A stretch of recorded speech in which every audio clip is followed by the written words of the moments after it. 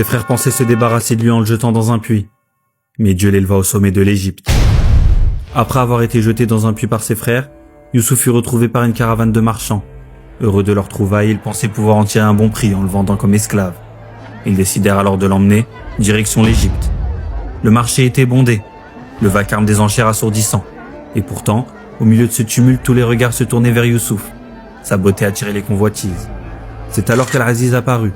C'était un haut dignitaire, ministre et trésorier du roi. Dès qu'il posa les yeux sur Youssouf, il comprit qu'il avait quelque chose de spécial. Alors sans négocier, il l'acheta et l'emmena dans son immense demeure. Il demanda à sa femme de lui accorder un séjour honorable. Il se peut qu'il nous soit utile, ou que nous l'adoptions.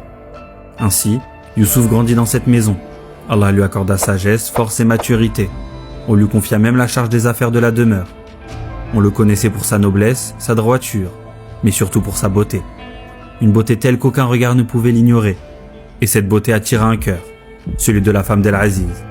Au début, un simple désir caché, mais jour après jour il devint obsession, jusqu'au jour où seule dans la demeure elle verrouilla les portes et lui dit « Viens ». Mais Youssouf repoussa ses avances.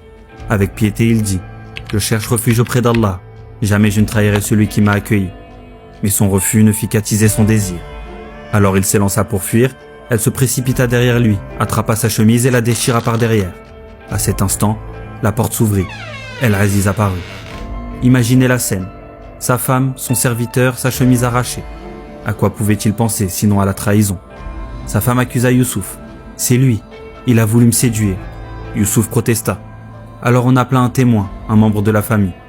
Pour trancher, il dit, si sa chemise est déchirée par devant, alors il est coupable. Mais si elle est déchirée par derrière, alors elle a menti. Et la preuve par là. La chemise était déchirée par derrière. Youssouf était innocent. Mais plus que la trahison, Al-Aziz craignait le scandale. Que diraient les gens s'ils apprenaient la vérité? Alors il se tourna vers Youssouf.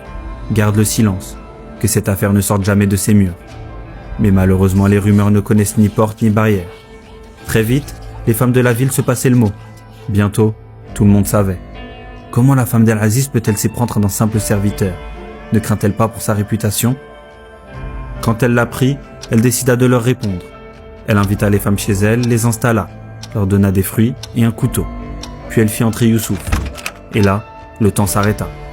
Subjuguée par sa beauté, elle se taillèrent les mains sans même s'en rendre compte. Alors la femme d'Al-Aziz dit « Voilà celui pour lequel vous me blâmiez. Si jamais il refuse ce que je lui commande, il ira en prison. » Et une fois de plus, Youssouf invoqua Allah.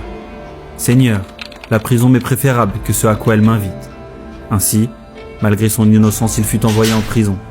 Mais ce qu'il ne savait pas, c'est que cette cellule allait devenir le début de son élévation, et que derrière ces murs, Allah préparait son destin.